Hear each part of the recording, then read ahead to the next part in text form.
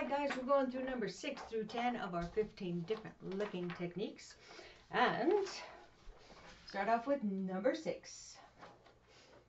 Forward and back. Okay, this has to do with how many levels, as we were talking about a little bit earlier with light and dark.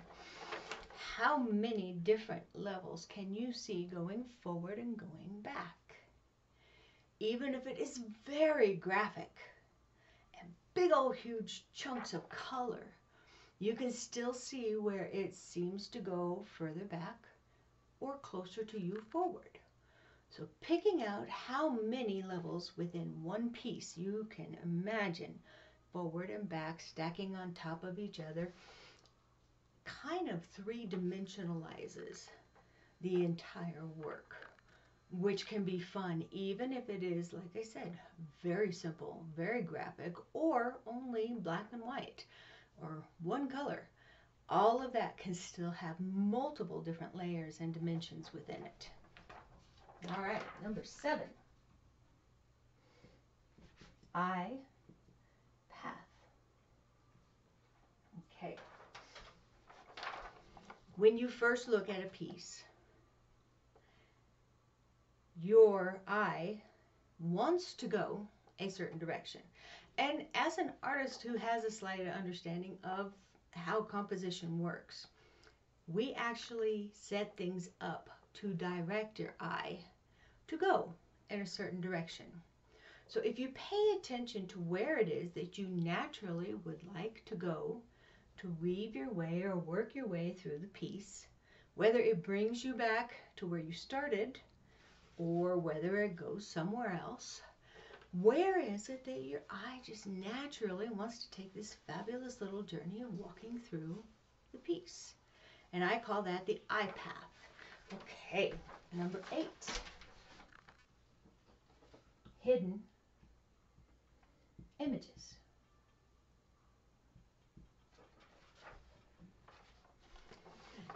In almost every case I have ever seen, whether it is intentional or not, you can see something in there that is different than what you first see in there. In my work, I put hidden things in there because it's fun and it makes it more fun to look at, in my opinion.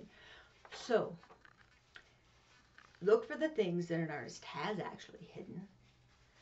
In the same token, just a brush stroke could turn out looking like a unicorn if that is how the pieces line themselves up.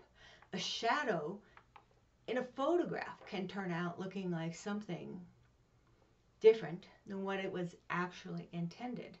So whether or not it was planned that there are hidden things in there, the most realistic of realism will have things in shadows or folds that you can find that look like something that wasn't there or wasn't even planned. So find hidden images, planned and not planned, and to me this is just a lot of fun. Okay.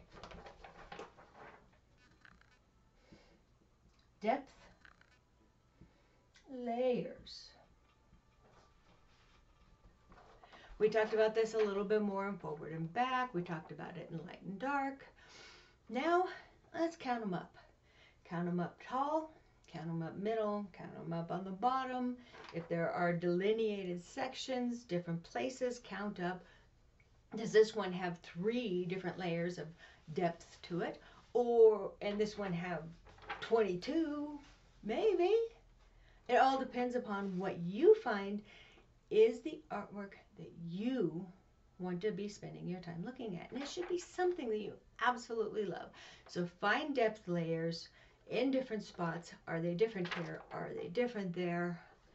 And then we go on to number 10, which is the light source. Everything changes with light. When I am painting, in most paintings, in most photographs, without light, everything would just be dark and black. Light is what adds all of the color to everything. Now, if you are looking at a portrait and somebody is in this really soft, romantic light and their wrinkles aren't showing and they're just fabulous, is all fabulous, they're probably using a candle as a light source. They could be using fluorescent lights if they look terrible and stark and splotchy. They could be using natural light from outdoors if it is falling on the edge of a barn in a landscape. They could be getting light from a light ring for YouTubers. They could be getting light from regular light bulbs. They could be getting light from halogen light bulbs. There are so many different ways and sources of light. And you look at the piece and you start to study where the light is coming from, how intense it is. Start to imagine what it is that could have created this light source. And then imagine where it's coming from. Is the light source coming from way over there? Or is the light source coming from right here? Where is it that maybe there's more than one and you're getting hit from both sides? Where is the light source coming from and what is creating the light source?